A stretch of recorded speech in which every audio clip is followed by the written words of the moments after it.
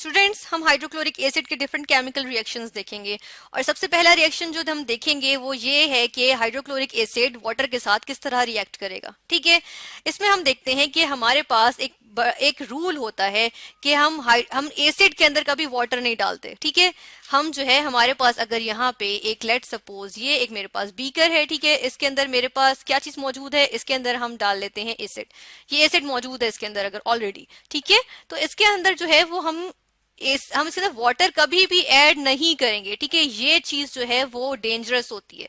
ये हम इसके अंदर यानी कि हम यहाँ पे मेंशन करते हैं कि ये क्या था, ये वाटर था, इसके अंदर ऑलरेडी क्या चीज मौजूद थी, एसिड मौजूद था, एक स्ट्रॉन्ग एसिड मौजूद था, जिस तरह HCl ही ले लें। ठीक है, हम अगर हाइड्रोक्लोरिक एसिड की ही बात कर लें, यहाँ पे HCl हाइड्रोक्लोरिक एसिड की भी अगर हम बात कर लें, तो सबसे पहला रूल हमारे पास ये आ जाता है लैब में काम करने का, या एक साइंस का एक रूल कि हम वाटर कभी एसिड में नहीं डालेंगे। अदरवाइज क्या होगा, अदरवाइज हमारे पास जो है वो यहाँ पे स्प्लैशिंग होगी। ठीक है, ये जो एसिड है वो जो है वो उछलेगा, बाहर आएगा बीकर में से, इसके फ्यूम्स एकदम से निकलेंगे और क्या होगा कि हमारे पास जो है वो ये डेंजरस भी हो सकता है, ये जो है वो इसके फ्यूम्स जो है वो आके हमारी स्किन को भी डैमेज कर सकते हैं। तो इसलिए ये बहुत ज्यादा जो है वो डेंजरस हो जाता है। तो हम कभी भी वाटर जो है वो एसिड के अंदर नहीं डालते। हमें जब भी डालना होता है हम एसिड को जो है वो स्लोली स्लोली वाटर के अंदर डालते हैं। ठीक है, हम वाटर के अंदर एसिड डालते हैं स्लोली स्लोली। ठीक है, अब हम यहाँ पे देखते हैं कि हमने जो है वो हाइड्रोक्लोरिक एसिड जो है वो वाटर में डाला है। ठीक है, हमारे पास वाटर क्या होता है, वाटर का स्ट्रक्चर हम देखते हैं कि H2O कहते हैं हम, वाटर होता है।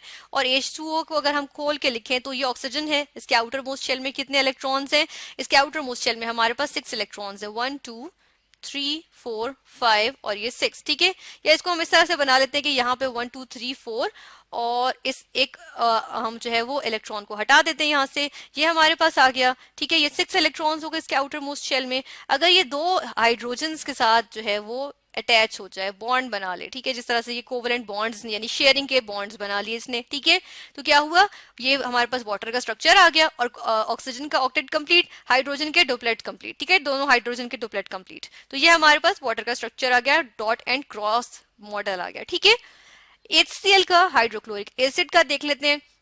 हाइड्रोक्लोरिक एसिड का अगर हम स्ट्रक्चर बनाएं तो इसका स्ट्रक्चर कुछ इस तरह से होता है कि क्लोरीन के आउटर मोस्ट शेल में 7 इलेक्ट्रॉन्स होते हैं। हम 7 इलेक्ट्रॉन्स बना लेते हैं, 1 2 3 4 5 और 6 और ये 7th इलेक्ट्रॉन, क्योंकि ये 17th ग्रुप में होता है इसलिए ये हेलोजेंस से बिलोंग करता है, तो इसके जो आउटर मोस्ट शेल में 7 इलेक्ट्रॉन्स होते हैं। अब क्या हुआ, इसने एक हाइड्रोजन के साथ जो है वो बॉन्ड बना लिया। ठीक है, कोवलेंट बॉन्ड बनाया, हाइड्रोजन का डुप्लेट कंप्लीट, क्लोरीन का ऑक्टेट कंप्लीट। ठीक है, और क्या आ गया हमारे पास आ गया HCl का मॉलिक्यूल, HCl का हमारे पास कंपाउंड या मॉलिक्यूल आ गया और जिसको हम कहते हैं हाइड्रोक्लोरिक एसिड। ठीक है, ये एक एसिड होता है हमारे पास। अब हम देखते हैं कि जो स्ट्रॉन्ग एसिड्स होते हैं, स्ट्रॉन्ग एसिड्स जो होते हैं, ठीक है, स्ट्रॉन्ग एसिड्स ये जो है वो वाटर में आयोनाइज कर जाते हैं। जब हमारे पास वाटर मौजूद हो तो ये क्या कर जाते हैं, ये जो है वो आयोनाइज कर जाते हैं। ठीक है, HCl हमारे पास एक स्ट्रॉन्ग एसिड होता है, HCl हाइड्रोक्लोरिक एसिड एक स्ट्रॉन्ग एसिड होता है। ठीक है, हम कहते हैं ये एक स्ट्रॉन्ग एसिड है, तो हम ये क्या करेगा, डेफिनेटली वाटर में आयोनाइज कर जाएगा। ठीक है, हम इसको इस तरह से लिख सकते हैं कि हम लिखते हैं कि वाटर में ये क्या कर जाएगा। अब आयोनाइजेशन रिएक्शन यूजुअली हमारे पास क्या होता है, हमारे पास जो है वो रिवर्सिबल रिएक्शन यानी कि फॉरवर्ड भी जाएगा बैकवर्ड भी जाएगा। ठीक है, तो हम देखते हैं कि ये एक स्ट्रॉन्ग एसिड है तो ये आयंस की फॉर्म में यूजुअली एग्जिस्ट करता है अपने सॉल्यूशन में। ठीक है, ये हमारे पास जो है वो HCl मौजूद था, इसने क्या किया, इसने वाटर के अंदर ही आयनाइज हुआ और हमारे पास हाइड्रोजन आयंस आए और क्लोराइड आयंस आए। अब हमें पता है जिस सॉल्यूशन में हाइड्रोजन आयंस मौजूद होते हैं वो कौन सा सॉल्यूशन होता है, वो यानी हाइड्रोजन आयंस यानी कि प्रोटॉन्स मौजूद होते हैं, तो वो जो है वो एसिडिक सॉल्यूशन होता है। ये हमारे पास क्या आ गया, ये हमारे पास आ गया एसिडिक सॉल्यूशन। ठीक है, इसको हम कह देते हैं ये क्या है, एसिडिक सॉल्यूशन है। ठीक है, ये आ गया एसिडिक सॉल्यूशन। इसी को हम इस इक्वेशन को हम जो है वो एक डिफरेंट वे में अब लिखते हैं कि हमारे पास जो है हम इस तरह भी लिख सकते हैं। ठीक है, कि हमारे पास हाइड्रोक्लोरिक एसिड मौजूद था, इसने किससे रिएक्ट किया, वाटर के साथ। हमने किस में डाल दिया हाइड्रोक्लोरिक एसिड, हमने वाटर में डाला। हमारे पास क्या होगा, आयनाइजेशन होगी। हमें पता है कि स्ट्रॉन्ग एसिड्स आयनाइज कर जाते हैं वाटर में। ठीक है, ये वाटर में आयनाइज करेगा। अब आयनाइज करके जो हमारे पास जो प्रोडक्ट आ जाएगी, हम इसकी प्रोडक्ट देखते हैं, हमारे पास बनते हैं हाइड्रोनियम आयंस। ठीक है, यानी कि हाइड्रोनियम आयंस बन गए। हाइड्रोनियम आयंस कौन से आयंस होते हैं? जो वाटर, जब वाटर एक और हाइड्रोजन, वाटर का ऑक्सीजन जो है हमने यहाँ देख रहे हैं इसके पास लोन पेयर्स हैं। अगर ये लोन पेयर जो है वो किसको दे देगा? एक इसके ये जो हाइड्रोजन है ये प्रोटॉन की सूरत में निकल गया, इस प्रोटॉन को ये अपने जो है वो लोन पेयर दे देगा, तो ये एक पूरा क्या बन जाएगा? ये एक बन जाएगा हाइड्रोनियम आयन। ठीक है, ये हाइड्रोनियम आयन इस तरह से हमारे पास बनता है कोवलेंट बॉन्ड की सूरत में।